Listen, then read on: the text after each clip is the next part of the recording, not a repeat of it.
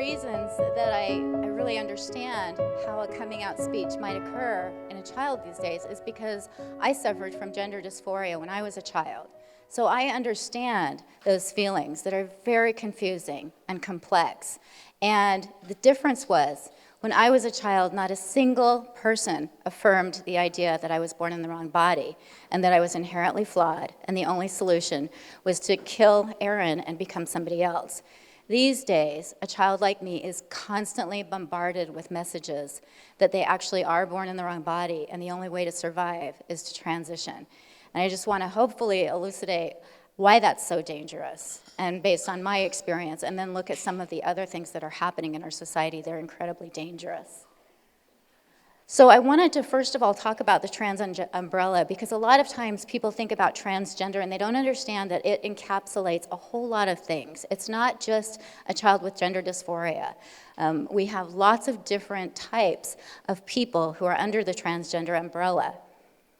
So the first one, somebody mentioned earlier, I think it might have been Mary, mentioned autogynephilia. And these are men who are sexually aroused at the idea of becoming a woman or of looking like a woman. So this is a sexual fetish. This is oftentimes when we see adult males who have been living as males, who have families, suddenly come out as transgender. Oftentimes this is the case. They rarely get the surgery, although they might get top surgery. They might get breast augmentations because they find that sexually arousing. But they're unlikely to get what they call bottom surgery, or having their genitals removed, because they enjoy the sexual pleasure that they get from pretending to be a woman. I actually saw a video of a detransitioner, and he was talking about the fact that he loved the breasts that he got because he didn't have to bother to find a girlfriend when he wanted to play with somebody's breasts. He had them himself. So this is a sexual fetish, and we need to recognize it as such. So when there's a male trying to infiltrate girls' locker rooms, this is likely the cause. There are also predators. These are people who are actively trying to predate on women and children. They want to be treated like any other woman, even though they're not even trying to so-called pass. These are men who are just predatory, and we need to be very clear with them about the boundaries. We cannot allow them to have access to vulnerable women and children. I'm not sure if you heard recently about an 80-year-old woman who was at a YWCA swimming pool, and there was a male in there, and she complained about the man being in there, fully intact male, and rather than the male being removed, she lost her membership. This is what's happening in society. Predators are gaining access to vulnerable women and children. And then we have pretenders. These are men who have figured out that if they pretend to be a woman, they can get access to women's sports and scholarships and other opportunities. Again, this is motivated by personal gain. These are not people who believe they were born in the wrong body. They're men, mostly, who have recognized that they can gain access to opportunities they wouldn't otherwise have by presenting as female. And then we have Munchausen by proxy, and somebody else mentioned that. Increasingly, we're seeing parents who seem to thrive on the medical attention that their children get when they announce that their child is transgender. Often these are parents who have toddlers who they say are transgender. I think Jazz Jennings' mom fits this profile. I'm not diagnosing her, I'm just suggesting that she fits the profile. And then there's gender dysphoria. And gender dysphoria is a very real feeling of distress. It's something that we need to have compassion for, and not just write off as someone, having some delusional thoughts. These are oftentimes children and young adults who are deeply distressed and feeling incredibly uncomfortable. They have a desire to kill who they are and to become somebody else. And they want others to accept their new persona because they believe that they will be more comfortable if they're somebody else. Some of the causes of gender dysphoria are puberty. As Maria mentioned, puberty is kind of cataclysmic change, and almost every child that I've ever talked to has had some discomfort during puberty.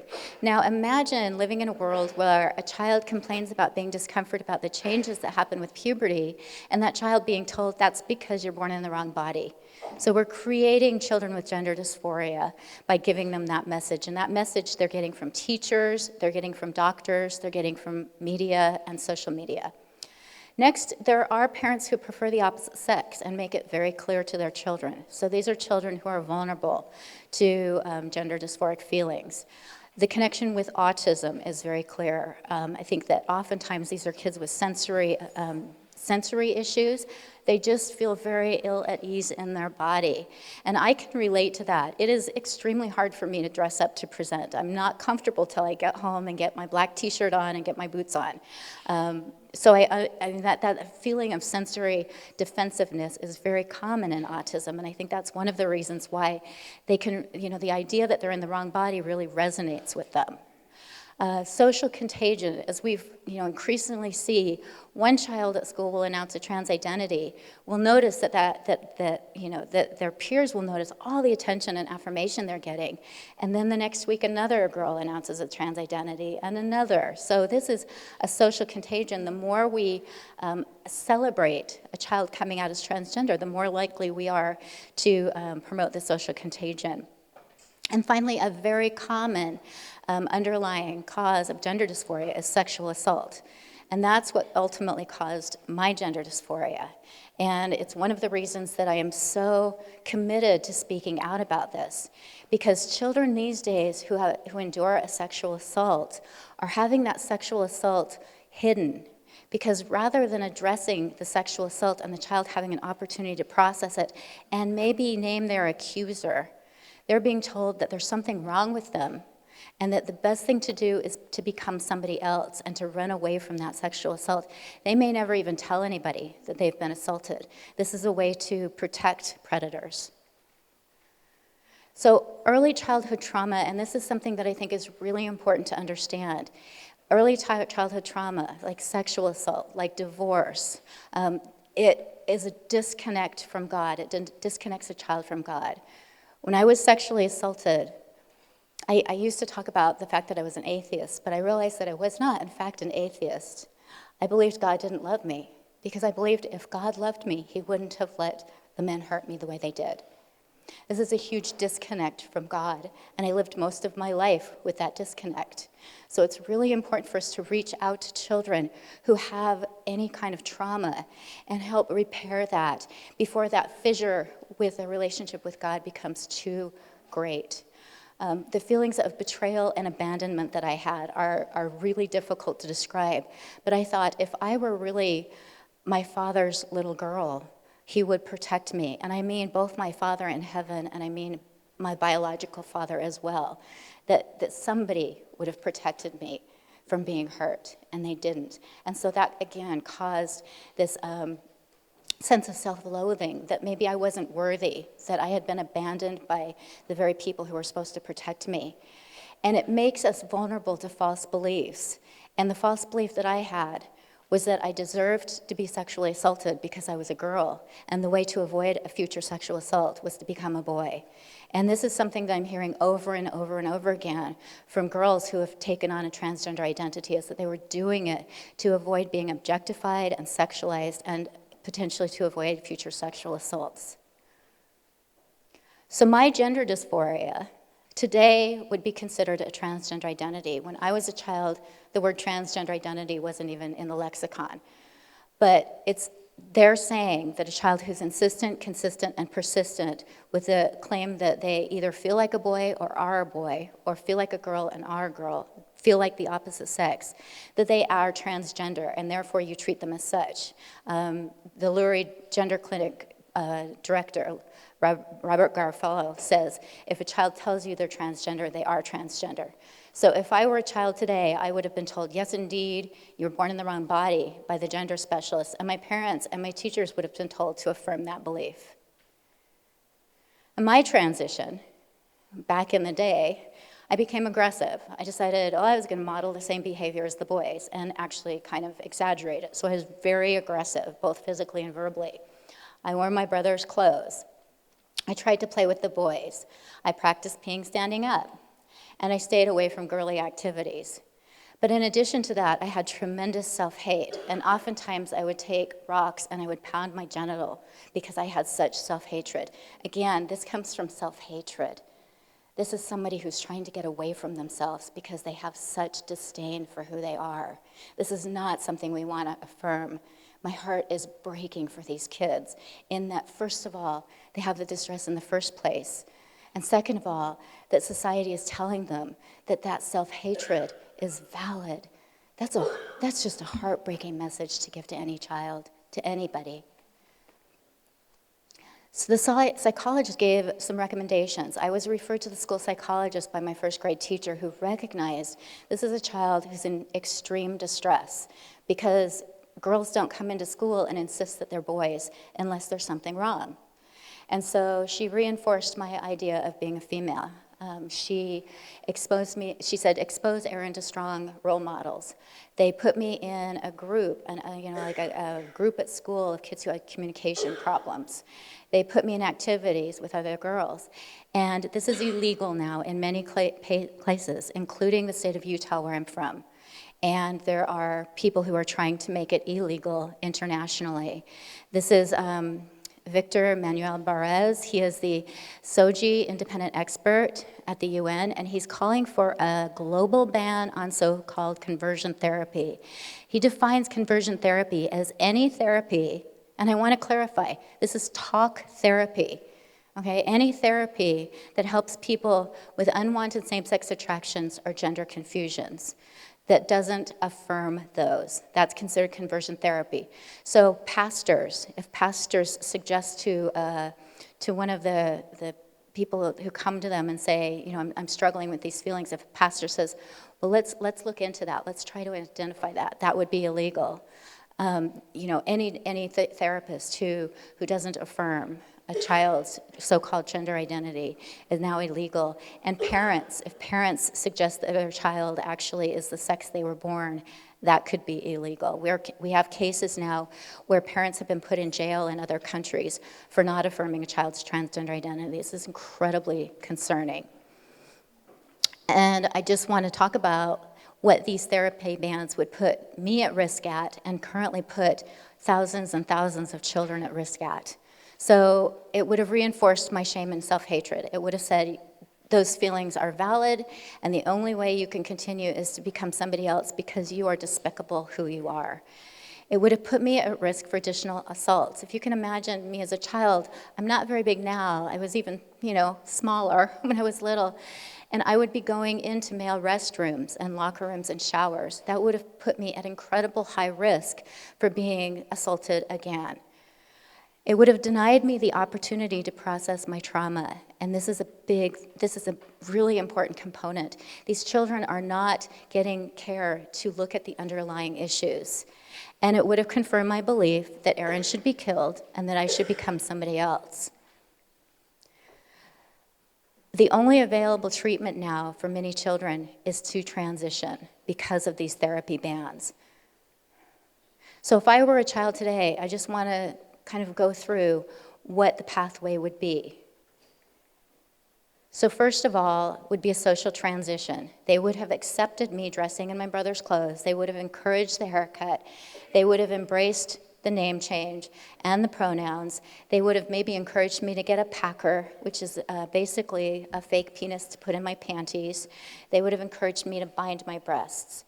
That's the social transition. Then they would have encouraged me to get on puberty blockers as early as 8 years old, which would have retarded my growth and development. In what case do we ever suggest that it's appropriate to induce developmental delays in children? I already have a learning disability. I didn't learn to read till I was in sixth grade. If I had been put on puberty blockers, I might not have ever learned how to read.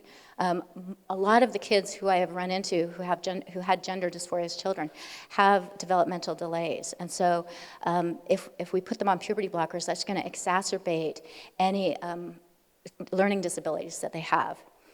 Then they'd be put on cross-sex hormones, and those, in combination with the puberty blockers, permanently sterilize these kids. And then there would have been surgery. So the dangers of so-called affirmation is that the child is encouraged to believe they're inherently flawed, They're encouraged to dissociate. So when you want to become somebody else, you have to cut off who you are in order to become somebody else. And that dissociative process is very common in trauma. And generally, when you go to therapy, if you have a good therapist, they're going to help you to manage dissociative feelings. In this case, they're encouraging dissociative feelings. And I'm increasingly seeing children who develop a transgender identity go on to develop another identity and another identity. So they have a hard time at school, they develop an identity to deal with that. They have a hard time at home, they develop an identity to that. I've heard people suggest that the Department of Motor Vehicles should issue more than one driver's license to people if they have more than one identity. So this is encouraging the splitting off of self. They're far more likely to persist with gender confusion if they're affirmed. And as we've seen from studies, when, and I'm an example, if a child is not affirmed, the vast majority of children are going to outgrow the gender dysphoria. If they're affirmed, the vast majority are going to persist with it. And there's a dramatic increase in likelihood of medical transition. So let's talk about medical transition. We talked about the puberty blockers and the cross-sex hormones. The social transition, the breast binding, which can cause broken bones, broken ribs. During COVID, there were warnings from transgender advocacy groups about how COVID could be particularly dangerous for girls who are breast binding because they weren't able to cough adequately. So there's blood clots. The packers, I have one in my backpack if you want to see one. You will not believe how realistic they are, and to take a child who's been sexually assaulted or had some other trauma and tell her to put what is essentially a fake penis in her panties, that's not an appropriate solution. It's never an appropriate solution to sexualize a child like that. And again, the packer that I have in my backpack that's pictured here was designed for children under 6 years old. So this is, this isn't for, teenagers, this is for little kids. I just want to go to talk about the testosterone addiction. One thing that you will hear over and over again is when a girl gets put on testosterone, she will often testify that she feels great. And the conclusion is, oh, she was transgender, she feels great now, this was the appropriate treatment. Well, pretty much anybody in this room, especially us older women, would feel phenomenal if we got on testosterone. It's a controlled substance, it's a steroid, and it boosts confidence, it boosts libido, it boosts muscle growth. These girls do initially feel really good, in the same way that people who took opioids initially felt really good.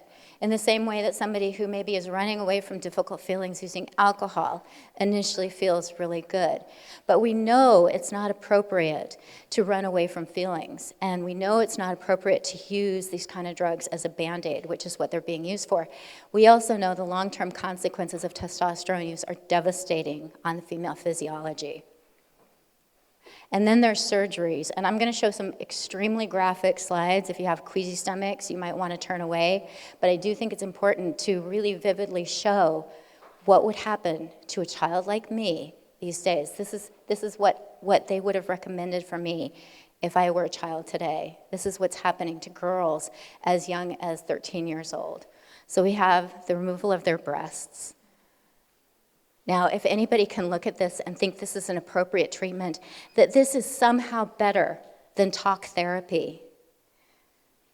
And that's what they're suggesting, that girls should have their breasts removed instead of engaging in talk therapy to find the underlying cause of their difficult feelings. This is the phalloplasty. As mentioned, they strip the flesh from the forearm to create a fake penis. And this, they say, is better than talk therapy. And I don't know in what world anybody can believe that. And that's how you know this is a deception and a lie that we have to fight against. Transgender ideology harms all children, not just the child who's being encouraged to transition. It embraces exaggerated stereotypes. I used to think that every single woman enjoyed wearing nylons and jewelry and makeup. I thought that was part of being a woman. And the fact that I didn't enjoy that meant I must not really be a woman. Well, it turns out a lot of women don't enjoy wearing high heels and nylons and makeup, and we're still women. But and then a man merely needs to wear high heels and makeup and nylons to become a woman. These are incredibly regressive sex-based stereotypes that are really harmful to our children. It normalizes suicide. We are telling children, essentially, that suicide is a reasonable coping mechanism if they're uncomfortable with who they are and they can't get the kinds of treatments they want. It's encouraging them to be fragile, and we know that suicide is also a social contagion. So this is a really dangerous narrative for anybody to put out there. We are likely inducing suicidality in children by telling them that they're unable to cope with their difficult feelings. And when they hear over and over again that if they're not affirmed, they're going to commit suicide, eventually children might take that to heart. And it's not because they weren't allowed to transition, it's because they're being told that suicide is an appropriate option. It's undermining parents in a most devastating way. These children are told parents don't love them if they don't affirm them. They're encouraged to deceive their parents. We've seen situations where teachers are actively undermining parents, where a child goes to school dressed in clothes, and then the teacher provides them with clothes that allow them to present as the opposite sex at school, and then they change before they go home. This is actively undermining the relationship with parents. And teachers are told to usurp the parental role, that somehow they know more than the parent. And therefore, if the parents aren't affirming the child, it's the teacher's job to do so. In addition, it promotes confusion among all the kids. Feelings are more important than reality. As Maria said, we all have feelings that we should not be listening to daily. We need people to push back on that. Again, if you have somebody, if a child comes to you and says, "I'm stupid," we don't say, "Yeah, you're right." That's not how we handle it. Children often have confused feelings, and it's our job as adults to help them manage those feelings. These children are taught that they're unable to trust their caregivers. This is incredibly scary for children if they're told they have to choose between their teacher or their parent. These are both people who are in caregiving roles, and if they have to pick one and one is lying to them, that undermines their ability to trust anybody. They're taught that truth is hateful and violent. If these kids are, if we don't use their pronouns and preferred name and allow them these medical interventions, they're being told that we hate them. And this is not true. We love these children, and that's why we're fighting so hard for them. They're encouraged, these kids are encouraged to believe that they're victims over and over and over again. This means that they learn to believe that other people are constantly hurting them with their words and their actions. And this creates children who are incredibly vulnerable and view themselves as victims, which is incredibly disempowering. And I'm so thankful that when I was a child, nobody taught me I was a victim. And because of that, I think I'm here today. So they're pathologizing what is normal, and they're normalizing the pathology. And this sign here, I don't know if you can read it very well, but increasingly we're hearing activists suggest that all children should be put on puberty blockers until they go through puberty, until they grow up to determine what sex they really are. So the idea is that instead of they call it cis-het normativity. Instead of accepting the idea that our genitals define our biology, they're suggesting that children should all be medicalized, induce developmental delays, until that child announces what sex they actually are. I mean, this is medical. The suggestion that every single child should be medicalized with puberty blockers is just unconscionable. These are children who need compassion. Just as I mentioned, dysphoria is often the result of trauma. They want to kill who they are. These are children who are desperately hurting. They're emotionally vulnerable and needy, and they have deep hatred and shame. And they really thrive on external validation. They need affection, attention, and affirmation, who they are, not who they're trying to become. And I often ask myself if I would have medically transitioned if I were a child today. And I have no doubt that I would have. I would have told them that I was suicidal. I would have done whatever I could because I had so much distress as a result of the sexual trauma that I had. I hated my body, I hated myself. I believed that it happened because I was a girl and that I would be able to keep myself safe by becoming a boy.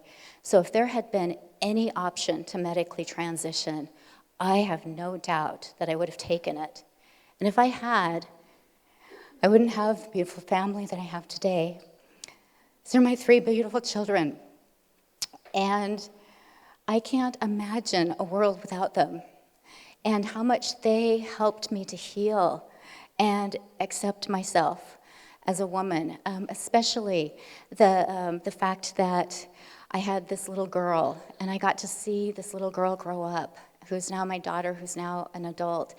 I wouldn't have this if I had been medicalized. And so I wanted to talk about something that I haven't talked about before. And one of the very common questions that I get was, when did your gender dysphoria resolve? When did you accept that you were a woman? And I want to say, well, it was a gradual process. And I healed from the gender dysphoria when my daughter was born, and they put me in her arms, and I recognized that my body was capable of making this beautiful human being. I did not heal from the sexual assault at that time. I continued to engage in self-destructive behaviors most of my life. When I was in high school, I prostituted because I thought that was a way to get affirmation. I ended up being involved in pornography and made over 400 pornographic videos. I regularly self-harmed. And people ask me, when did you resolve your gender dysphoria? Well, the gender dysphoria started to resolve when I had my daughter, but those feelings of self-hatred did not go away until I was able to see myself through God's eyes.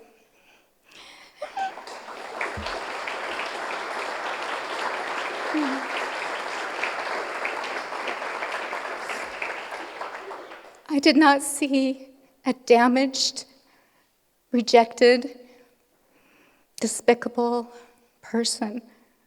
I saw someone that God loved.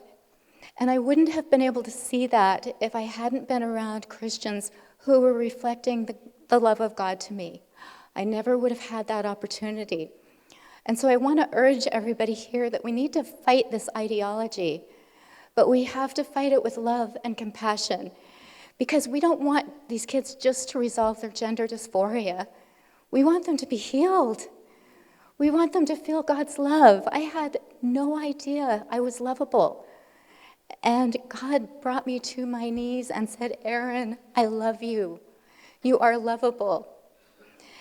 And all those feelings of self-hatred that I'd carried with me all my life were erased. And I felt cleansed in His goodness.